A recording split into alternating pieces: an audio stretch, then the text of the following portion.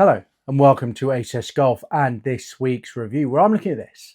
The Honma TW767 driver from 2024. Now, if you've watched my channel before, you know that I'm actually quite a big fan of Honma because they produce some really good stuff. Do I think they're going to be the longest? No. Do I think necessarily they're going to be the most forgiving? Again, no. But they're still really solid performers.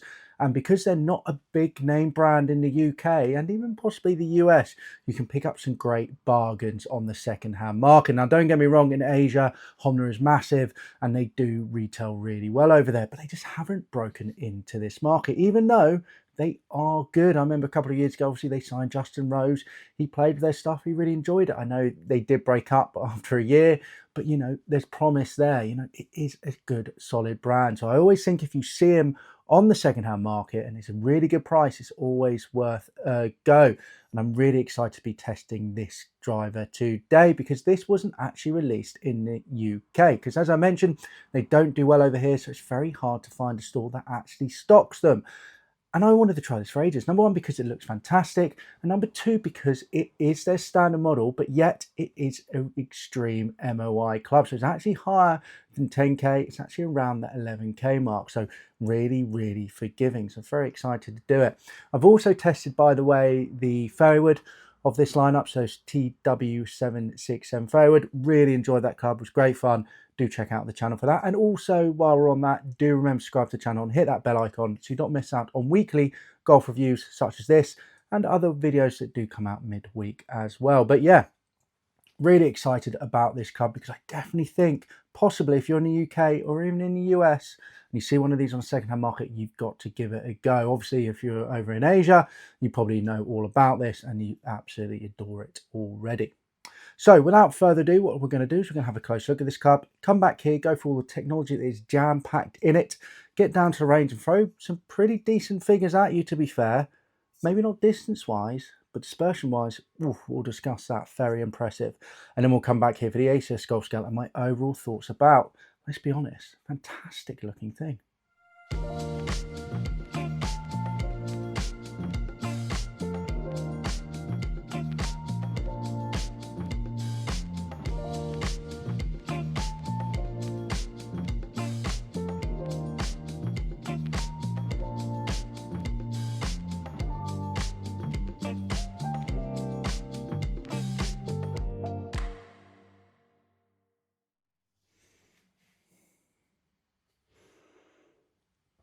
So there you go. And I absolutely adore this thing. I think it's absolutely gorgeous. I really love that dark sort of royal blue. Oh, it's beautiful. Right up my street, this. I was wearing a blue cap actually, but right up my street, you know, a little bit of colour, a little bit of jazz to make it stand out. I think it looks fantastic. And then on the top looks very, very smart as well. And as for the head cover, oh, look at that. That is awesome. Really nice and soft inside.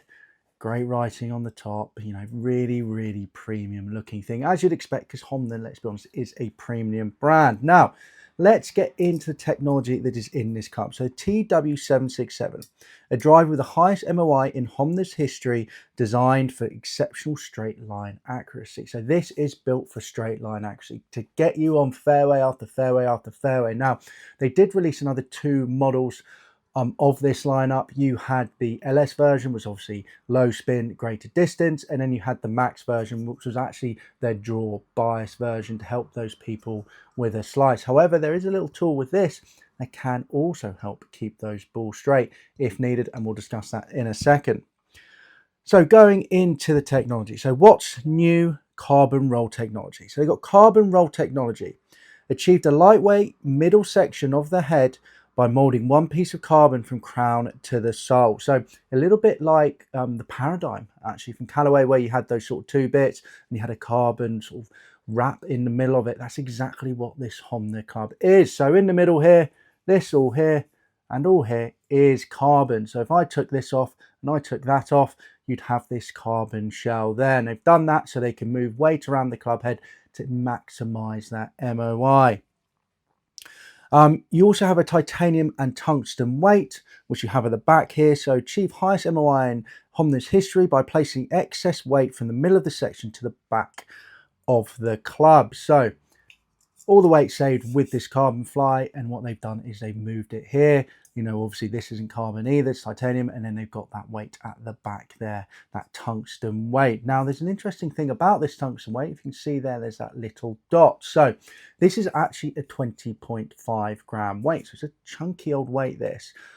But that dot there signifies that the majority of the weight is on this side. So 18.5 grams, and the other 2 grams is there. And the idea of this, you can take this off and then swap it around. So at the moment it's here, so closer to the toe, and that's the neutral setting. So that's just for straight line performance. Now, if you've got a little bit of a slice, you can actually swap this weight around. So have that dot there, and that's closer to the heel of the club, and therefore it's going to make it a little bit more draw bias to help remove that slice. It's not going to fix it. It's not their max draw version, but it's going to give you that little bit of help that potentially you could need. So quite a good little system there. Moving on, you've got new vertical face, so high repulsion across the entire face achieved by further involving the uneven thickness structure. So all over, you know, all Callaway, all the clubs, etc., you know, you have all these little dots behind this face, all little hills and mounds, etc. So you don't just have one sweet spot, you have numerous sweet spots around the face to keep that ball speed up and keep that distance up on this hit. So very much in line with all other brands at the moment. So there you go. And then you've got B titanium. So high strength B titanium face material with a spring back effort contributes to expanding the repulsion area, increasing the initial ball speed. So again, you've got this initial ball speed here, and they're talking about this titanium to help that spring-like effect, obviously within regulations, to again increase that ball speed on mis-centered hits, but also out the center as well. So there you go. So they also have as well, I will just say, the PSAT Precision Spine Control. The spine is identical on all clubs to stabilize shaft movement and maintain consistency throughout the entire set, which is this. And then you've got a non-rotating system. So Honma's system allows for adjustments to the lie, loft and face angle without rotating the shaft. This adjustment system preserves the swing feel in any position. So you have it here, you move it around. So I got it on standard, and that's the way I tested it. And then you could have it in low, so decrease the loft, high, increase the loft obviously as well. And then you have it flatter to close that face, well, to open that face, sorry, to allow basically to control it how you want to control it. So as standard with this, you could get this in 9 degrees or 10.5 degrees. Head volumes 460 as you would expect. Lie angle 59 degrees. Length inch was 45.5 inches, so a little bit shorter than normal at the moment. Normally it's about 45.75. Obviously the limit is 46 inches. And swing weight normally on even a regular and stiff would be D2. And then the shaft, I should say, specifically comes with this club, is this special Wizard shaft here. Wizard, or is it Vizard? Vizard, Honma Vizard shaft that they produce specifically for their clubs. So it's actually really good. Now, you can only get it in stiff and you can only get it in regular. You know, if you wanted all the ball speed, etc., then you would get it from that sort of low spin one. You know, this is definitely just built more for the masses. But yeah, and it comes with a standard Honma grip as well. So loads of technology in this club. The main bit being this carbon fly wrap, so they can move all the weight they want to at the back to increase that MOI, get it high launching, and really help you find the fairways. So there you go. All right, guys, now let's get down to range and throw some figures at you. I'm down at the range with the Honma. Now let's jump straight into those figures. So on average, I had a carry of 258 yards, total distance of 277 yards, ball speed 159 miles per hour, launch angle 11 degrees, height 89 feet, and a swing speed 109.5 miles per hour on average, with a smash factor around 1.45. So not that bad at all with a smash factor. Sort of was hoping for a little bit more really, because I was relatively hitting this out the middle of the face, but I don't think this is really built for speed, so you would expect the smash factor to be a little bit down on it. Longest on the day was 269 yards, carry 289 yards total distance, ball speed 163 miles per hour, launch angle 12, and height 94 feet, while the shortest, which wasn't a good hit to be fair, and it was actually one of my fastest swings as well at 112.4, was 251 yards, carry 265 yards total distance, ball speed 100 160 miles per hour. Launch angle 9 and height 90 feet. So even though launch angle with this club was a little bit low, obviously just had probably higher spin than normal, which is maximum forgiveness, and it did sort of rise up quite nicely, so it got some really decent carry numbers. Now, the main thing about this though is obviously that MOI, and that caused this driver to be seriously impressive when it came down to keeping those shots in the similar area. So yes, obviously the longest and the shortest, there's a little bit of a difference there, but the dispersion between this, you know, all these shots from left to right was seriously impressive. You can see with those shot scopes there, you know, it was so consistent. Here's a table for you, by the way, in numbers. It's like going back to, it was so consistency. Number one as well, it was felt really nice, looked nice behind the ball. It was just generally a really fine club to hit. It's going to find you fairways after fairways after fairways. So yes, maybe it could be a little bit longer, but overall, seriously impressed by the performance and the fact it found me the fairways. So there you go. And not bad at all. But quickly, before we get into those figures again, I just want to discuss the adjustability, as I just realized I didn't actually mention the numbers before in the previous section of this video. So here you go. So high means you can increase the loft by 1 degree. So this is 10.5 degree head, can go up to 11.5 degree.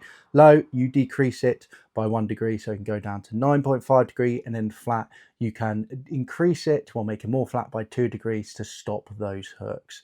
And that's all the adjustments there. So yeah, so figures wise, really not that bad, hey.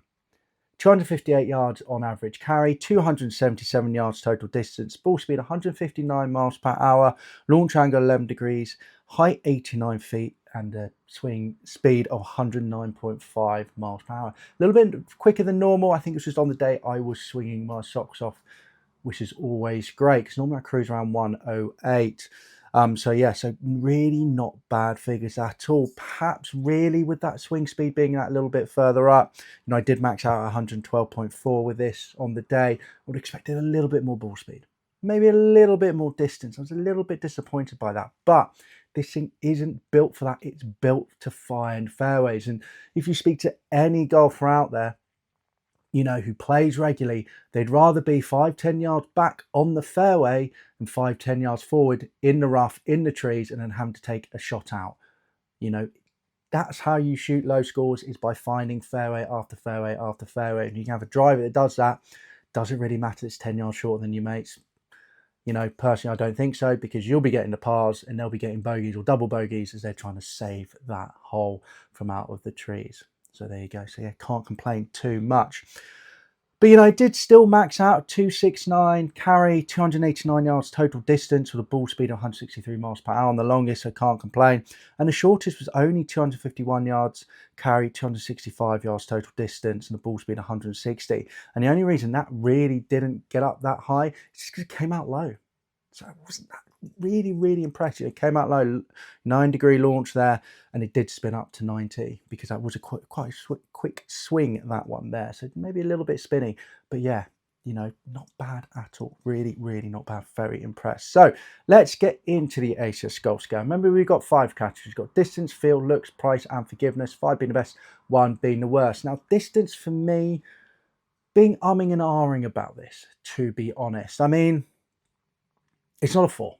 So most standard clubs in these sort of categories, even though this is really built more for forgiveness, would be a 4, 3.5. It's definitely not 4. This is nowhere near as long as my QI 4D that I'm currently playing, or, you know, the Optum driver, Optum X that I recently tested. You know, it's just not, but it does have a lot more forgiveness. I will give it that. So I'm umming and ahhing a little bit. I can't decide between 3.5 and 3. Originally, I put down 3, and then I looked at it and I went, I'll give it a 3.5. But I think I'm going to stick with my 3. I think 3 is a fair one for this. You know, this is maximum forgiveness. Even though it's their core sort of model, it is built for maximum forgiveness. I'm going to give it a 3, but on another day, could have maybe pushed it in 3.5. Now, don't get me wrong. There's nothing wrong with being 3 out of 5. That's still really decent forgiveness. And let's be honest, on a golf course, half the time, I'm not going to notice. I'm not going to notice if I'm suddenly an 8 iron or 9 iron. It's probably not even going to be that much of a difference. It's going to be like, rather than a nice smooth 8 iron, it's going to be a little bit more of a push with an 8 iron. You know, that's what we're talking about, really fine margins here. So yeah, 3 out of 5, really not bad at all for this type of club. Moving on to feel 4 out of 5, probably a little bit harsh there. I'm going to give it 4.5. I love it when I go do these videos and just change the whole thing as I go through it. But as I talk about the clubs, I remember how good they are, which is great. So yeah, 4.5 out of 5. Felt really nice off the face, felt premium, felt that I could hit it anywhere and still find the fairway. So it was fun to hit. And that's the main thing I think about when it comes down to feel. It's not just how it feels, but if it's fun to hit, because that, makes it feel better in my mind, because you're like, oh, this feels great, really enjoy it. It's really good fun. So yeah, 4.5 out of 5. If I don't really enjoy a club, the feel of it always drops down a little bit, because I'm like, this doesn't feel great. I'm not enjoying it, but with this, it was great fun. So yeah, 4.5 out of 5. Looks, 4.5 out of 5. I think this thing looks absolutely fantastic. Even on the top, you've got that T-weld there, you've got the alignment there. It just looks really, really smart on top, and then looks really, really cool on the bottom. The only reason I haven't given it a 5 out of 5, and it's also matte. I much prefer matte myself over gloss, because gloss, I find the reflection from the sun, etc., especially in the summer in the UK, can be a little bit off-putting. So matte, big win for me. But for me, it's not getting to a 5 just because it is a big club. I much prefer your better player, sort of smaller profile, while this is obviously maximum forgiveness, so it's definitely been elongated at the back to give it that biggest footprint it can be to get that weight to the back while still being 460cc. So that's the only reason it's not getting a 5 out of 5, is just the overall size of it. But looks wise, quality wise, definitely 4.5 out of 5 overall. Now we'll talk about price before forgiveness, because it's a little bit of a weird one, price. It's because it's difficult to find these in the UK. They're rare.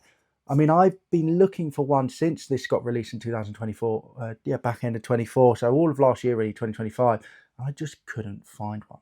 They've actually released a new model as well, the TW767. Again, would love to try it for the channel, but it's going to be hard for me to find one because they're just not in the UK, so it's difficult to really put a value on it. I mean, you do sell them, see them getting sold in Asia for around £170-ish, so the equivalent of pounds, £230, which is around what, $230, $300-ish. And then in the US, they pop up every now and again. I did recently see a head just be sold for £160, so around $218. I think for me, if you can find this around £200, maybe a little bit more, so that's around what, $270, I think it's an absolute bargain. It's definitely worth being picked up if you're looking for maximum forgiveness. A little bit more than that, then you're sort of getting in the Cobra DS Adapt Max K from last year, which was 10K, which just blew a lot of people away. Maximum forgiveness and also some pretty good distance as well. And give it a couple more years to get the Ping G430 Max 10K as well in that bracket. So a little bit more, and then some big guys in that bracket. But if you can get around 200 or maybe a little bit more, pounds wise, or $270, you won't be disappointed. It's definitely worth a try because it is a very, very premium club. It really, really is. So price wise, I've just put 2.5 out of 5. It is what it is. Can't really give it a rating in my mind, so I'll just put it as standard. Now on to forgiveness, and this is the party piece about this club, because it found me fairway after fairway after fairway after fairway, meaning, as I mentioned before, I cruised around 108 miles per hour. I was swinging harder with it because I had the confidence to do so, because I knew I was still going to find the fairway, which is a lot of fun. Always nice being able to swing as hard as you can, and still find the fairway. So yeah, really, really, really impressed with the forgiveness of it. Not only the forgiveness and, the actual distance of the club, a lot around the 280s, 270s, very tight dispersion there as well, to be fair. The really bad hits, the 265 I had there, I think I only dropped under 271 twice, 265, no, only once. Oh no, 269, first hit with it of the day. Only twice dropped below that 270 mark, really, really impressive when it came down to forgiveness. And it was the dispersion. It was just so tight for a driver and driver testing. This was probably the tightest dispersion I've ever had. Very, very, very impressive. So of course, forgiveness for me is 5 out of 5. This thing is fantastic. If you're struggling to find a fairway, get yourself one of these if you can, obviously, because it was just so tight, so consistent. It was so much fun. So yeah, 5 out of 5 for forgiveness. It does exactly what it needs to do. You know, being that 11K works an absolute treat, and having that neutral setting as well just worked wonders for me. So yeah, so my overall thoughts about the TW767. I'm tempted to play it. I think it looks fantastic. I had such good fun with it. And like I said, yes, I might be 10 yards behind my QI4D, but every now and again, the QI4D, I'll be in the bushes, I'll be in the trees. This, I feel like every single shot is going to find me in the middle of the fairway. You know, especially in summer when it just rolls. You know, I can't really complain. With that launch angle 11, all right, 89 does spin up a little bit, but launch angle 11 should still hopefully get a little bit of rollout. So yeah, very, very, very, very impressed with it. But yeah, we'll wait and see if it does make it my bag, but I'm very tempted to. But overall, a fantastic golf club. If you're really just thinking about forgiveness with a premium brand, premium feel, you need to have a look at this golf club. Obviously, if you're worried too much about distance and you want to have the best of both worlds, then I would say look around your Cobra. At the moment, obviously, you know, the DS Adapt Max K last year, obviously got the new Optum Max K as well. You know, they're producing some really great, you know, 10K drivers that actually go quite a lot of distance, quite far, quite a lot of distance. Don't think that makes sense, but they go quite far. Now, all these testings are always up there in certain swing speeds for the longest out there. So have a look down that route if you want maximum forgiveness and distance. But if you're not too worried about distance and just want fairway, please do have a look at this if you can find one, because it is absolutely great. All right, guys, now I hope you enjoyed my review of the Honma TW767. Really enjoyed reviewing this club. Really happy I managed to get my hands on it. Finally, it is a fantastic piece of kit, even if it is lacking a little bit on the distance front, as I've mentioned. So yeah, there you go. Now do comment down below if you tried this drive before. If you have, what are your thoughts about it? You know, is it work? Well, get my words out. Does it work for you regarding distance? You know, is it one of the longest for you? Because maybe it's me. You know, I am swinging a little bit too fast for this club, definitely with that stiff shaft. So maybe it's just spinning up a little bit more than it should do. But other reviews out there as well do put it in that sort of lower category when it comes down to distance. So do be aware of that. It's not just my testing; it's also testing out there. They do push it back a little bit, but.